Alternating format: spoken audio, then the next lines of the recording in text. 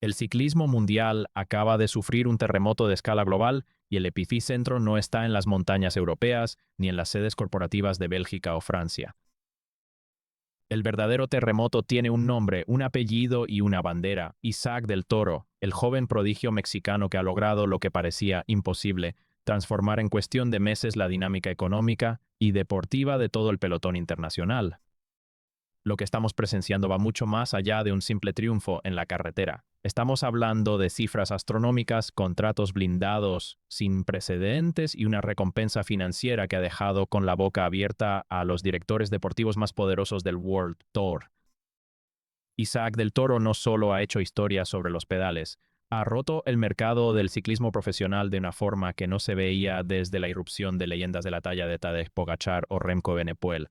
Para entender la magnitud de este fenómeno, hay que mirar los números con lupa. El UAE Team Emirates, la escuadra más poderosa y con el presupuesto más dominante del planeta, tomó una decisión radical. No esperaron a que terminara su contrato inicial. Tampoco esperaron a que otros gigantes europeos como Visma Lease Bike o Ineos Grenadiers sacaran las billeteras para tentar al joven de Ensenada. La directiva emiratí convocó una reunión de urgencia y puso sobre la mesa un acuerdo histórico, un contrato extendido hasta el año 2029. Esta firma convirtió de inmediato a Isaac del Toro en el ciclista con el contrato de mayor duración en la historia del World Tour profesional: 6 años garantizados al máximo nivel. Ni siquiera las mayores superestrellas del pelotón contaban con una garantía contractual tan extensa. Sin embargo, la verdadera sacudida no es solo la cantidad de años firmados, sino el salto abismal en sus ingresos, las primas por rendimiento y la ola masiva de patrocinadores que hoy buscan poner su marca junto al nombre del Torito.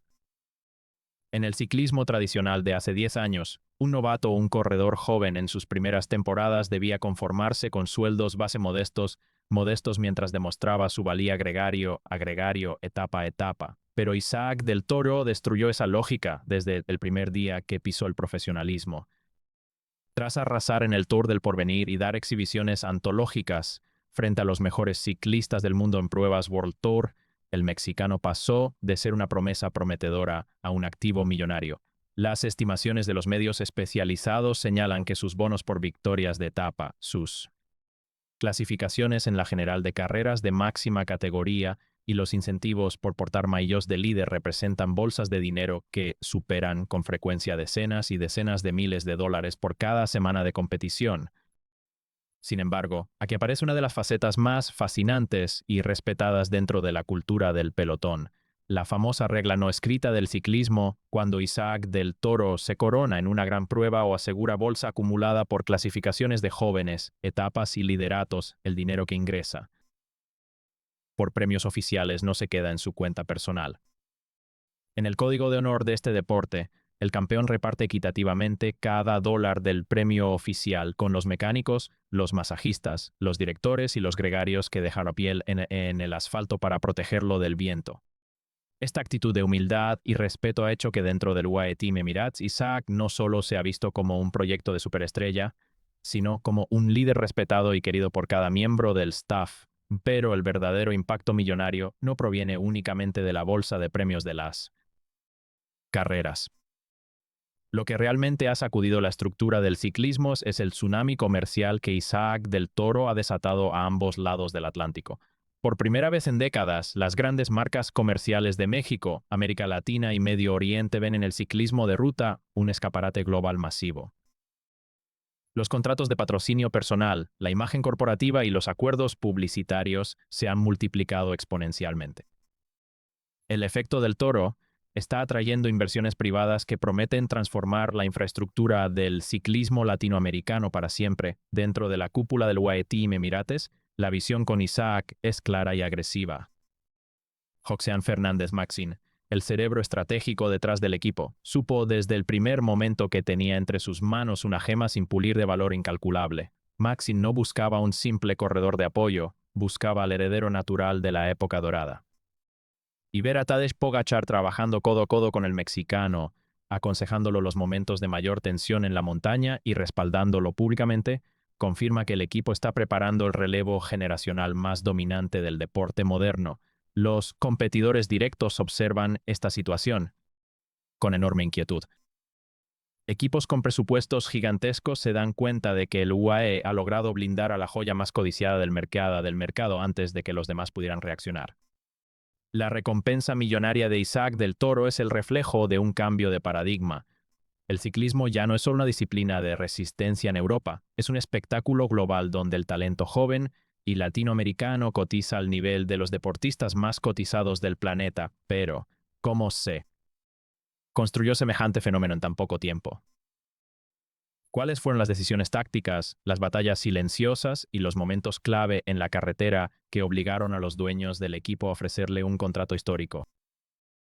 ¿Y qué significa todo este poder financiero ante la presión de ser la máxima figura del ciclismo en todo un continente? La historia apenas está comenzando y las respuestas a estas preguntas revelan una estrategia que cambiará para siempre la forma en que se corre en el gran pelotón. Para entender por que el UAE Team Emirates decidió firmar un cheque de varios ceros y asegurar a Isaac del Toro durante tantos años, no basta con mirar los gráficos financieros o el impacto mediático. Hay que ir al terreno de juego, al lugar donde las palabras se acaban y solo habla el rendimiento, la carretera. La verdadera razón por la que este joven azteca revolucionó el mercado profesional se resume en su capacidad única para leer las carreras con la madurez de un veterano y la agresividad de un novato sin miedo a nada. Desde sus primeras apariciones en el escenario del World Tour, el pelotón internacional se dio cuenta de que no estaba tratando con un ciclista común. Tradicionalmente, los corredores jóvenes que llegan desde América Latina al calendario europeo atraviesan un periodo largo y complejo de adaptación. Tienen que aprender a moverse en pelotones hiperagresivos de casi 200 corredores, lidiar con el viento de costado en las llanuras, dominar el posicionamiento en los adoquines y adaptarse al ritmo sofocante de las carreras de máximo nivel. La mayoría tarda 2 o 3 temporadas en asimilar este cambio de ritmo. Isaac del Toro rompió completamente esa regla no escrita. Desde sus primeras pedaladas con el maillot del UAE, mostró una soltura pasmosa dentro del grupo. No se quedaba cortado en los abanicos, no regalaba la posición en la aproximación a los puertos de montaña y, sobre todo, no le temía al cara a cara con las máximas figuras del ciclismo mundial. Esa sangre fría bajo presión fue el primer indicador de que el Torito no estaba destinado a ser un gregario de relleno, sino un líder de época. El verdadero punto de inflexión táctico ocurrió cuando el equipo decidió ponerlo a prueba en escenarios de máxima exigencia. Lejos de protegerlo en carreras de menor nivel, lo lanzaron a la hoguera frente a escuadras temibles como el Bismarck Abeek o el Ineos Grenadiers. Y fue allí donde el Toro deslumbró. Cuando los ataques en la montaña comenzaban a seleccionar el grupo y a dejar sin aliento a corredores consolidados, el mexicano no solo aguantaba el paso de los mejores, sino que se atrevía a cambiar el ritmo, a proponer la carrera y a poner en aprietos a los capos del pelotón. Esa capacidad para atacar en el momento justo, de interpretar el cansancio en los rostros de sus rivales y de ejecutar aceleraciones demoledoras, fue lo que terminó de convencer a la cúpula del UAE. Joxean Fernández Matzin y el cuerpo técnico no vieron simplemente a un escalador talentoso, vieron a un ciclista completo, capaz de contrarrelojear, compotear con potencia, de ascender con los mejores y de definir victorias en grupos reducidos gracias a un sprint explosivo. Un perfil de corredor que en el ciclismo moderno vale oro puro. Pero el valor estratégico de Isaac del Toro va mucho más allá de sus números de vatios o su rendimiento individual. Su llegada al equipo creó una dinámica interna muy particular. Lejos de generar tensiones o celos con las grandes estrellas de la escuadra, el mexicano encajó a la perfección en la estructura. La relación Tadej-Pogačar, el indiscutible número uno del mundo, se convirtió en una alianza estratégica letal. Pogačar vio en Del Toro a un aliado natural, a un escudero capaz de destrozar el grupo en la alta montaña y, al mismo tiempo, a un joven con el potencial suficiente para asumir la capitanía en aquellas carreras donde el esloveno no estuviera presente. Sí. Tener dos opciones de victoria en una misma carrera es el sueño de cualquier direct deportivo y la pesadilla de las escuadras rivales. Cuando el UAE alinea a Isaac del Toro, los equipos contrarios se ven obligados a cambiar por completo su estrategia. Ya no pueden concentrarse únicamente en tapar los movimientos de un solo hombre. Ahora tienen que controlar a un corredor impredecible, voraz y con una capacidad de recuperación sencillamente asombrosa día tras día. Esta versatilidad táctica y esa hambre insaciable de victoria fueron los catalizadores que aceleraron la renovación millonaria. El UAE sabía que si no aseguraba a la joya mexicana con un contrato blindado y una mejora salarial histórica, los gigantes financieros del ciclismo europeo intentarían robárselo a base de talonario. La inversión no era solo un reconocimiento a lo que ya había logrado en la carretera, sino un movimiento de ajedrez geopolítico dentro del ciclismo para asegurar el dominio del equipo durante el resto de la década.